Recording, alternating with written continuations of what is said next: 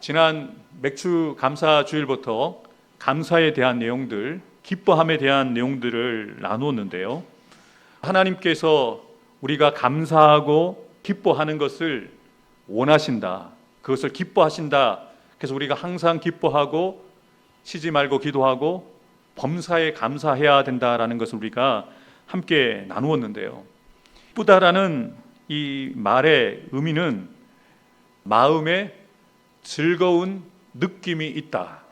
이 느낌은 시시때때로 바뀌거든요. 사실 육체적인 반응에 따라서 느낌이 달라지잖아요. 시시때때로 우리가 마음에 느끼는 느낌에 따라서 기뻐하기보다는 기뻐하지 못할 때가 참 많습니다. 그래서 하나님께서 우리에게 어떠한 상황 가운데서도, 어떠한 형편 가운데서도, 어떠한 마음의 상태에도 기뻐하라고 우리에게 명령하시는데요. 우리가 지금까지 살펴보았던 우리가 기뻐함으로 하나님이 기쁘시게 하는 그 내용들보다 오늘 우리 함께 나눌 내용은 조금 더 한 차원 높은 것이라고 할 수 있을 것 같습니다. 혹시 여러분들 웨스턴민스터 소유리 문답이라는 것, 17세기에 영국 웨스턴민스터 목회자 회의, 그 회의에서 목회자들이 10년 동안 수천에 모여서 성도들과 특별히 어린 아이들에게 기독교 교리를 가르치기 위해서 정리한 내용들이 웨스턴민스터 소유리 문답이라고 하는데요. 여러 가지 내용들을 다룹니다. 하나님은 어떤 분이신가? 또 구원의 교리에 대해서 질문을 던지고 답한 내용들이 웨스턴민스터 소유리 문답이라고 하는데요. 첫 번째 질문이 이것입니다. 사람의 제일 되는 목적은 무엇인가? 여러분들이 생각하실 때 하나님께서 여러분을 사람으로 이 땅 가운데 생명을 주시고 살게 하시는 목적이 무엇일까요? 그 목적을 나중에 결론 부분에 말씀을 드리도록 하겠습니다. 오늘 우리가 읽은 본문의 말씀은 BC 626년경에 요시야 시대에 스바냐 선지자가 등장해서 예레미야와 함께 유대와 예루살렘에 내려질 심판에 대한 경고의 말씀을 선포한 내용들이 이 스바냐서에 기록이 되어 있습니다. 그래서 이 스바냐서의 핵심 주제는 하나님의 날, 여호와의 날, 심판의 날이 주제입니다. 스바냐 1장과 2장을 집에 가셔서 한번 읽어보시면 유다의 멸망에 대해서 예언하는 내용들이 기록되어져 있습니다. 그러다가 갑자기 3장 후반부에 들어와서 멸망에 대한 이야기를 하다가 또 유다 주변의 여러 나라들의 멸망에 대한 이야기를 하다가 스바냐 선지자가 갑자기 그 느낌이 바뀌어서 이렇게 선언을 하는 것이죠. 시온에 따라 노래할지어다. 이스라엘아 기쁘게 부를지어다. 예루살렘에 따라 전심으로 기뻐하며 즐거워할지어다. 여러분, 이해가 되지 않는 것은 지금까지, 바로 조금 전까지 예루살렘의 멸망에 대해서 또 예루살렘 주변에 있는 열국들에 대한 멸망에 대한 이야기, 유다에 대한 멸망에 대한 이야기를 하다가 갑작스럽게 기뻐하라고 외치고 있는 이유가 무엇일까요? 스바냐 선지자는 이스라엘의 역사 가운데 가장 절망적인 상황 가운데 남은 자들, 렘넌트라고 하는데요.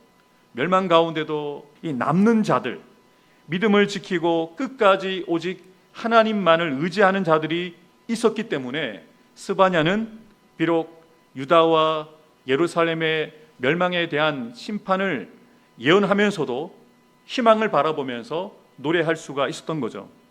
오늘 함께 나누는 본문의 말씀은 이 남은 자들에게 하나님을 의지하고 비록 절망적인 상황, 하나님께서 심판을 예언하셨기 때문에 이 심판은 이루어지게 됩니다.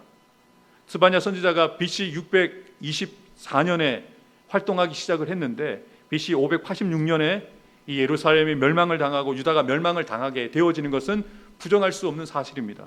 그러나 이런 절망적인 현실 가운데도 하나님을 의지하고 또 하나님을 바라고 소망하는 남는 자들에게 격려하고 위로하기 위해서 하나님께서 스바냐 선지자를 통해서 이런 메시지를 우리에게 주고 있는 것이죠. 우리 16절 말씀을 함께 읽어보도록 하겠습니다. 그날에 사람이 예루살렘에 이르기를 두려워하지 말라. 시온아 내 손을 늘어뜨리지 말라. 아멘. 내 손을 늘어뜨리지 말라라는 이 표현을 공동 번역본에서는 기운을 내라라는 의미로 번역을 했습니다. 이렇게 절망적인 현실을 바라보면 손에 힘이 빠지는 거죠. 일이 잡히지 않는 거죠. 일을 할 수가 없는 거죠. 기가 죽는 거죠. 의지가 없습니다. 다시 일어서려고 하는 의지가 없고 다시 해봐야겠다는 그런 의욕이 상실되어진 가운데 하나님께서는 스바냐 선지자를 통해서 남은 자들에게 또 오늘을 살아가는 믿음으로 살아가는 그리스도인 된 저와 여러분들에게 이렇게 말씀하시는 거죠. 상황을 바라보지 말고 눈에 보이는 현실을 바라보지 말고 힘을 내라. 기죽지 마라 라고 그렇게 권면하면서 위로하고 격려하고 있는 것입니다. 당시 남은 자들에게 주어졌던 이 하나님의 메시지는 오늘을 믿음으로 살아가고 있는 그리스도인 된 저와 여러분들에게 주시는 하나님의 위로의 말씀이고 약속의 말씀입니다. 그런데 하나님께서 왜 역사적으로 지금 절망적인 상황들, 심판이 예언되어진 상황들 가운데 왜 남은 자들에게 또 오늘을 살아가는 저와 여러분들에게 기죽지 말고 힘을 내라고 더 나아가서 기뻐하라고 권면하는 이유가 무엇입니까? 15절입니다. 여호와가 내 형벌을 제거하였고 내 원수를 쫓아냈으며 이스라엘 왕 여호와가 내 가운데 계시기 때문이다. 여러분, 환경은 시시때때로 바뀝니다. 생각해 보시면 여러분들의 그 기쁨의 이유가 되어지고 원인이 되어지는 그 조건들이 빠지면 여러분의 삶 가운데 기쁨을 잃어버리며 살아갈 때가 참 많습니다. 건강할 때는 기뻤거든요. 허리가 아프지 않을 때는 기뻤거든요. 독감이 걸리지 않을 때는 삶이 즐거웠거든요. 그런데 감기가 걸려서 목소리가 제대로 나오지 않고 조금 무리했더니 허리가 쑤시고 몸이 불편하고 아프고 병원 신세를 지게 되어지면 기뻐할 수 없습니다. 건강이 나의 기쁨의 조건이었거든요. 우리의 자녀들이 내가 원하는 대로 진학을 하고 취업되어지는 그 과정 속에는 기뻤어요. 내 뜻대로 내 기도가 주님 앞에 응답되어지고 내가 원하는 대로 되어질 때는 기쁘는데 그 조건이 조금만 달라져도 내가 원하는 길을 우리 자녀들이 걸어가지 않고 있으면 우리의 마음에 그 기쁨이 사라질 수밖에 없습니다. 조건적인 기쁨은 doing으로 인해서 내가 무언가를 해서 누군가가 우리에게 무언가를 했기 때문에 우리가 기뻐하는 것은 늘 시시때때로 바뀝니다. 그런데 스바냐 선지자를 통해서 우리에게 분명하게 알려주시는 것은 우리가 기뻐할 수 있는 조건은 존재적인 기쁨이라는 거죠. 하나님이 우리와 함께 하신다. 절망적인 순간에도 심판이 예언되어지고 그리고 그 심판이 예언되어진 대로 실행되어질 그 시대 가운데도 하나님은 이스라엘 백성들을 떠나지 않으십니다. 그래서 하나님이 그들과 함께 하시기 때문에 기뻐하라고, 힘을 내라고, 소망을 가지라고 스바냐 선지자는 마음을 바꾸어서 그 마음의 느낌을 바꾸어서 기뻐하라고 선포하고 있는 것이죠. 사실 당시 유대인들은 자신의 나라의 멸망이라는 절망적인 상황을 기다리고 있습니다. 이미 자신의 동족이었던 북이스라엘은 아수르에게 멸망을 당했습니다. 주변의 열국들이 시시때때로 유다를 예루살렘을 공격해 오려고 그렇게 준비하고 있는 상태였죠. 늘 불안하게 살아갈 수밖에 없습니다. 그들 스스로가 자신들을 구원할 능력이 없다는 것을 알고 있습니다. 그래서 유다인들은 힘이 빠진 거예요. 기대감이 없는 거죠. 소망이 없는 것이죠. 그러나 그 가운데에서도 하나님을 바라보는 믿음을 가진 남은 자들은 달랐다는 거죠. 그들은 눈에 보이는 현실을, 절망적인 상황을 바라보지 않고 하나님을 바라보고 하나님을 의지했고 하나님의 도우심과 보호하심을 받으며 살아가는 자들이었거든요. 그리고 그들과 하나님께서 함께해 주셨습니다. 그들은 전능하신 하나님, 자신을 도우시고 인도하시는 하나님께서 함께 하시기 때문에 절망적인 순간에도 힘이 빠지거나 기가 죽을 필요가 없었던 것이죠. 그래서 스바냐 선지자는 남은 자들에게 오늘을 믿음으로 살아가는 저와 여러분들을 향한 하나님의 분명한 약속의 말씀을 주시죠. 너의 하나님 여호와가 너의 가운데 계신다. 아주 분명하게 지칭하죠. 너의 하나님, 너의 하나님이 너의 가운데 계신다. 찬송도 여러분, 우리가 말씀을 읽기 전에 이 말씀으로 찬양의 가사를 삼은 찬양을 불렀잖아요. 나의 하나님이, 여러분의 하나님이 여러분 가운데 계십니다. 여러분, 하나님께서 우리에게 많은 은혜들을 베풀어 주셨어요. 셀 수 없는 은혜를 베풀어 주셨어요. 각자에게 다른 환경과 상황 가운데서 여러분에게 주신 은혜가 다를 것입니다. 그런데 분명한 사실은 저와 여러분들에게 공통적으로 주신 은혜가 있어요. 그 은혜가 무엇입니까? 임마누엘의 은혜입니다. 하나님이 인간의 몸을 입고 이 땅에 오셨죠. 임마누엘의 은혜가 대신 예수님이 이 땅 가운데 오셔서 우리를 위해서 십자가에서 죽으시고 부활하심을 통해서 내가 너와 함께한다. 예수님이 하늘로 승천하시기 전에 주신 약속이 무엇입니까? 내가 세상 끝날까지 너희와 항상 함께 있을 것이다. 찬송도 여러분, 우리 주님은 여러분을 한 번도 떠나신 적이 없습니다. 예수님께서 이 땅에 오신 목적은 친히 우리와 함께 하시기 위함이었습니다. 비록 자신은 하늘로 다시 승천하시지만 자기와 같은 또 다른 보혜사를 주셨잖아요. 성령이 여러분 안에 내주하고 계십니다. 여러분 안에서 말할 수 없는 탄식으로 여러분을 위하여 친히 간구하고 계시는데요. 왜 그렇게 하나님의 은혜를 주십니까? 여러분들과 함께 하신다는 확신을 주시기 위해서이죠. 사랑하는 성도 여러분, 우리의 어떤 doing, 어쩔 때는 우리가 예배 생활 잘하고 어떨 때는 말씀도 매일매일마다 읽고 기도하며 경건 생활에 성실할 때는 여러분 스스로가 그렇게 자만하잖아요. 하나님이 나와 함께 하신다는 것을 확신하면서 기뻐하고 더 즐거워하시기도 하잖아요. 근데 때로는 여러분의 형편이, 여러분의 몸이 편찮으시고 여러분의 주변의 상황들이 어려움 당할 때는 또 예배 생활에 소홀하기도 하고 기도하지 못하고 말씀을 읽지 못하게 되면 하나님이 나를 멀리 하시는 것 같은 그런 오해가 할 때가 있잖아요. 여러분, 그것은 우리의 잘못된 오해라는 거죠. 하나님은 우리의 어떠한 모습 때문에 더 가까이 하시고 더 멀리 하시지 않습니다. 그냥 하나님은 우리이니까 있는 그대로 사랑하시고 함께 하신다는 거예요. 스바냐 선지자는 우리에게 분명하게 말씀하십니다. 그 하나님이 너의 하나님이신데 너의 하나님이 너의 가운데 계신다. 이 약속의 말씀을 붙들면 비록 눈에 보이는 현실이, 내 몸에 나타나는 증상들이, 우리 가정 가운데 일어나는 여러 가지 불안한 일들이 우리의 마음을 불안하게 만들고 우리로 염려하게 만들고 슬퍼하게 만들지만 나와 함께 하시는 주님을 바라보면 기뻐할 수 있다는 것이죠. 하나님께서는 자신의 백성들이 어려움을 당하거나 절망 가운데 빠질 때 하나님께서 함께 하신다는 것을 확신하며 힘을 내고 기뻐하기를 원하십니다. 하나님께서 함께 하실 것이라는 이 임마누엘의 약속은 지금도 또 내일도 영원토록 변하지 않는 사실이고 진실이고 진리라는 것을 믿는 저와 여러분들 되시기를 주님의 이름으로 축복합니다. 하나님께서 왜 스바냐 선지자를 통해서 남은 자들과 또 저와 여러분들에게 기죽지 말고 힘을 내고 기뻐하라고 말씀하고 계십니까? 너의 하나님 여호와는 구원을 베푸시는 전능하신 하나님이시다. 유대인들이 왜 손을 놓고 있습니까? 자신이 자신을 구원할 수가 없거든요. 자신이 자신의 민족과 자신의 나라를 구원할 수 있는 능력이 없거든요. 그래서 결국 바벨론으로 포로로 잡혀가게 되어지고 예루살렘 성전이 무너지고 예루살렘 성벽이 무너지는 멸망의 사건은 일어나게 됩니다. 그러나 하나님이 다시 돌이키시고 다시 세우시고 구원하시면 일어날 수 있다는 거예요. 산성도 여러분, 여러분의 삶 가운데 무너져 있는 것들이 있습니까? 깨어져 있는 것들이 있습니까? 잃어버린 것들이 있습니까?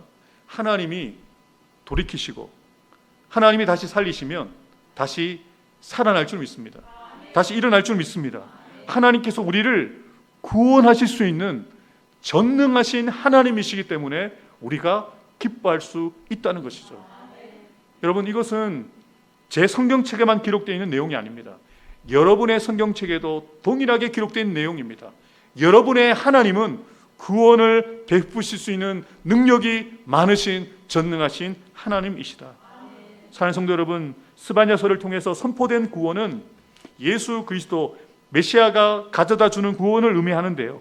이 선포대로 예수님께서 죄와 허물로 죽었던 우리를 다시 살리셨고, 또 우리에게 하나님의 영광을 경험하며 누리며 살아갈 수 있는 은혜를 주셨던 것이죠.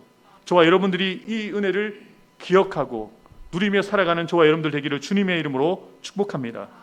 마지막으로 하나님께서 왜 스바냐 선지자를 통해서 남은 자들과 저와 여러분들에게 기죽지 말고 힘을 내라고 기뻐하라고 말씀하셨을까요? 7절 말씀 함께 읽겠습니다. 너의 하나님 여호와가 너의 가운데에 계시니 그는 구원을 베푸실 전능자이시라. 그가 너로 말미암아 기쁨을 이기지 못하시며 너를 잠잠히 사랑하시며 너로 말미암아 즐거이 부르며 기뻐하시리라 하리라. 아멘. 하나님께서 절망 중에도 남은 자들에게 또한 우리에게 기뻐하라고 하는 이유가 무엇입니까? 하나님께서 우리를 사랑하시기 때문입니다. 하나님의 사랑은 변하지 않습니다. 우리가 사람과 사람이 사랑할 때는 조건을 따라 사랑하기도 하고 사랑이 식기도 합니다. 그러나 하나님은 우리를 향한 하나님의 사랑은 변하지 않습니다. 우리가 조금 부족해도, 우리가 조금 모자라도, 조금 실수해도 하나님은 동일하게 우리를 사랑하신다는 거죠. 사실 저는 제가 아차하고 제가 오늘 와이셔츠를 잘못 입고 왔다는 생각을 했습니다. 왜냐하면 집에 돌아가면 저희 아내한테 혼이 납니다. 왜냐하면 저희 아내가 다른 날은 괜찮은데 주일날은 하얀색 와이셔츠를 입어 그랬거든요. 그래서 제가 오늘 아침에 면도를 하다가 비어가지고 피가 나는 거예요. 피가 안 멈추길래 이거 하얀 와이셔츠 입고 가면 피가 묻을 것 같다라고 생각하고 남색을 입고 왔는데 예배를 준비하는데 저희 아내 얼굴을 보니까 우리 아내의 멘트가 생각나는 거예요. 내가 지난번에 얘기했지, 남색 와이셔츠 입지 말라고 했는데 왜 입었어? 제가 아는 거죠. 우리 아내가 이 남색 와이셔츠를 주일날 입으면 기뻐하지 않는다는 것을 삶을 통해서, 경험을 통해서 알게 되는 거죠. 여러분, 사람들은 그래요. 마음에 들고 원하는 대로 하면 더 예뻐하고 사랑하기도 하지만 우리 하나님은 그렇지 않으십니다. 하나님은 제가 흰 와이셔츠를 입어도, 검정색 와이셔츠를 입어도 그냥 저예요. 옷만 바뀌었을 뿐이지 제 있는 모습 그대로를 바라봐 주시는 거예요. 사람들은 제가 무엇을 입고 있는지, 어떻게 살고 있는지 눈에 보이는 외적인 것을 보죠. 하나님은 여러분 있는 그대를 바라보시고 여러분을 있는 그대로 사랑하신다는 거예요. 그럼 하나님은 우리를 얼마나 사랑하시기에 우리를 사랑하셔서 기쁨을 이기지 못하신다고 표현합니다. 이 마음을 여러분 아시잖아요. 여러분들이 사랑하는 아들을 처음 안았을 때, 딸을 처음 가슴에 안았을 때 여러분의 눈에서 말할 수 없는 그 기쁨에서 우러나는 그 기쁨의 눈물을 흘려보신 그런 기억들이 있으실 거예요. 비록 그 아이들이 머리가 크면서 반항하고 내 말 안 듣고 내 뜻대로 되지 않아서 속상하기도 하지만 처음 그 아이를 끌어안았을 때 그 존재적인 기쁨을 여러분이 알고 계세요. 하나님께서 우리를 그렇게 사랑하신다는 거예요. 그냥 우리 존재 자체로 할 수 있는 것은 떼쓰고 배고프다고 울고 똥 싸고 자기가 할 수 있는 것이 아무것도 없어요. 그런데 그 아이를 낳은 엄마와 그 아이를 안고 있는 아빠는 그냥 그 아이의 존재 자체로 기뻐하잖아요. 왜요? 사랑하니까요. 근데 하나님이 우리를 향하여 그렇게 사랑하신다는 거예요. 우리를 잠잠히 사랑하시며 우리로 말미암아 너무너무 즐거우셔서 기쁘셔서 노래를 부르신다는 거예요. 기쁘셔서 노래를 부리고 춤추신다는 거죠. 여러분, 이거 찐 사랑 아니겠습니까? 하나님이 이런 사랑으로 우리를 사랑하시기 때문에 우리가 기뻐할 수 있다라고 선지자를 통해서 우리에게 분명하게 알려주고 계시다는 거죠. 오늘 본문의 말씀을 너라는 단어를 빼고 나라는 단어를 넣어서 함께 읽어보도록 하겠습니다. 나의 하나님 여호와가 나와 함께 계시니 하나님은 구원을 베푸실 전능자이시라. 하나님께서 나로 말미암아 기쁨을 이기지 못하시며 나를 잠잠히 사랑하시며 나로 말미암아 즐거이 부르며 기뻐하십니다. 아멘. 사람들은 그렇지 않겠지만 하나님은 언제나 여러분을 향하여 이렇게 사랑하시고 즐거워하시고 기뻐하신다는 것이죠. 저와 여러분들이 예수 그리스도를 나의 구원자요 나의 주로 믿고 고백한다면 이 고백을 나의 고백으로 드릴 수 있는 충분한 자격을 얻게 되었다는 거예요.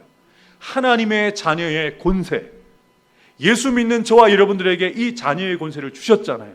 그래서 하나님을 향하여 우리 이렇게 고백하는 거예요. 하나님은 나의 아버지십니다. 아무나 이 고백 못 드립니다. 죄로 말미암아 하나님과 원수되었던 우리가 예수의 피로 말미암아 하나님의 자녀의 권세를 우리가 얻었습니다. 그래서 하나님을 향하여 우리가 아버지라고 고백하게 되었는데요, 성경에서 중요하게 여겨야 될 단어는 바로 나라는 단어입니다. 너의 하나님, 나의 하나님, 나의 하나님이 나를 사랑하신다라고 이 고백을 우리가 하게 되었다는 것이죠. 사랑하는 성도 여러분, 여러분의 하나님께서 여러분을 얼마나 사랑하시는지 여러분으로 인해 기쁨을 이기지 못하신다라고 말씀하십니다. 여러분, 이 하나님의 사랑을, 이 하나님의 기쁨을 드리고 있는 저와 여러분들이 우리가 어떻게 해야 하나님을 기쁘시게 할 수 있을까요? 성경은 이야기를 합니다. 우리가 하나님을 기쁘시게 하려면 믿음으로 나아가야 한다. 하나님의 뜻대로 살아가야 된다. 예, 맞습니다. 하나님을 기쁘시게 하기 위해서는 믿음으로 나아가야 하고, 하나님을 기쁘시게 하기 위해서는 영과 진리로 예배해야 되고, 하나님을 기쁘시게 하기 위해서는 하나님의 말씀대로 살아가야 하는 것 맞습니다. 그런데 앞서 제가 처음 드렸던 그 질문에 답을 드리면 더 나아가는 비결을 우리가 알게 되어집니다. 첫 번째 드렸던 질문이 바로 이거였죠. 사람의 제일 되는 목적이 무엇인가? 성경 안에서 많은 학자들과 목회자들이 함께 연구하고 찾아서 발견한 것이 바로 이것입니다. 사람의 제일 되는 목적은 하나님을 영화롭게 하는 것, 하나님께 영광을 돌리는 것, 그분을 영원토록 즐거워하는 것. 여러분, 지금 이 두 번째 표현은 하나님을 기쁘시게 하는 것을 이야기하는 게 아닙니다. 우리가 이 땅에 태어난 목적은 하나님을 즐거워하는 거예요. 하나님만 생각하면 기쁜 거예요. 하나님만 생각하면 행복한 거예요. 하나님으로 인하여 기뻐하는 것을 하나님이 우리에게 원하신다는 거죠. 우리가 무언가를 도잉을 해서 하나님을 기쁘시게 하려면요, 끝도 없어요. 하나님의 말씀대로 살아감을 통하여 하나님 앞에 기쁘시게 하는 것은 한계가 있습니다.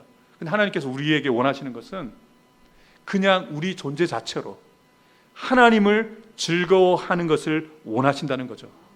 제가 옆에 그림 하나 올려드렸잖아요. 주님과 함께 있는 것을 기뻐하는 것을 원하십니다. 주님과 함께하는 이 예배의 자리를 기뻐하는 것을 원하십니다. 하나님의 말씀을 읽으며 주님의 임재를 경험하며 하나님의 음성을 듣는 것을 그 자체로 기뻐하는 것을 하나님이 원하십니다. 우리가 주님을 기뻐함으로 주를 기쁘시게 하는 거예요. 많은 일을 하고 또 열심으로 주님의 일을 섬기는 것도 중요하지만 먼저 해야 되는 것은 주님을 기뻐하는 거예요. 주님이 우리로 인하여 기뻐하시는 것처럼 우리도 주님으로 인하여 기뻐하고 주님으로 인하여 감사하고 주님으로 인하여 찬양하며 예배할 때에 하나님이 우리로 말미암아 기쁨을 얻으시게 된다는 사실을 기억하면서 오늘도 이 말씀을 기억하면서 하나님이 우리로 인하여 기뻐하는 것처럼 우리도 하나님으로 인하여 기뻐하고 하나님으로 인하여 감사할 수 있는 저와 여러분들 되기를 주님의 이름으로 축복합니다. 나의 하나님 여호와 나의 가운데 계시니 그는 구원을 베푸실 전능자시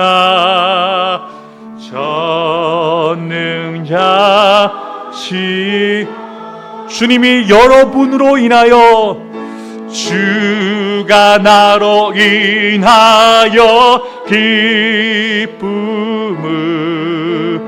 이기지 못하시 나를 잠잠히 사랑하시며 나를 잠잠히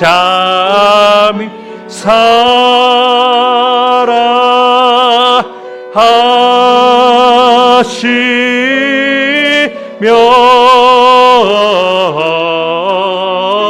즐거이 부르며